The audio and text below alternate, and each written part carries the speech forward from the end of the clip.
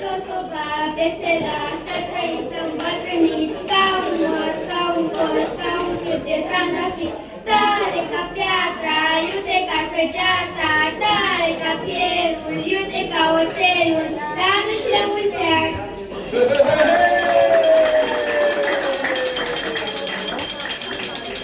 Aho, aho, cu flori domnești, pe la uși, pe la ferești, pe la porți de gospodari, să vă spunem, la mulți ani, peste țară noi brăzdăm și noroc să vă urăm.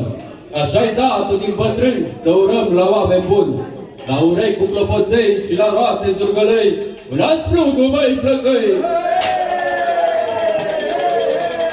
Vreme bună să trăiți și apoi să vă înveseliți, că de un an și 2 zile s-o porniți în Sfântul Vasile și n-o da plugul pe mână să zicem o urătură.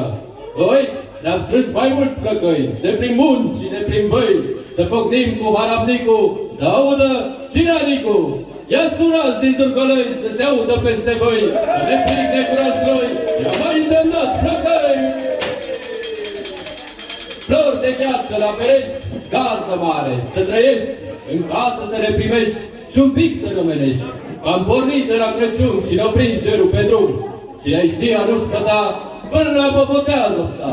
7 dealuri, 7 băi, rămășoară, măi făcăi, ia sunați din Zurgălăi, strigați la gazdă, hăi! Stăpâni din această casă, parcă văd ceva pe masă, văd o sticlă și un pahar, ca la omul gospodar. Din rulă, miroase a friptură, zău de la sapă în gură. Și apoi vinul cel din cană, dă din nou de pomadă, că n-am dat pe lângă sobă și-o mai stau un pic de vorbă. Faceți roata, voi flăcăi, drăgăliți din Zurgălăi și strigați la gazdă, hăi!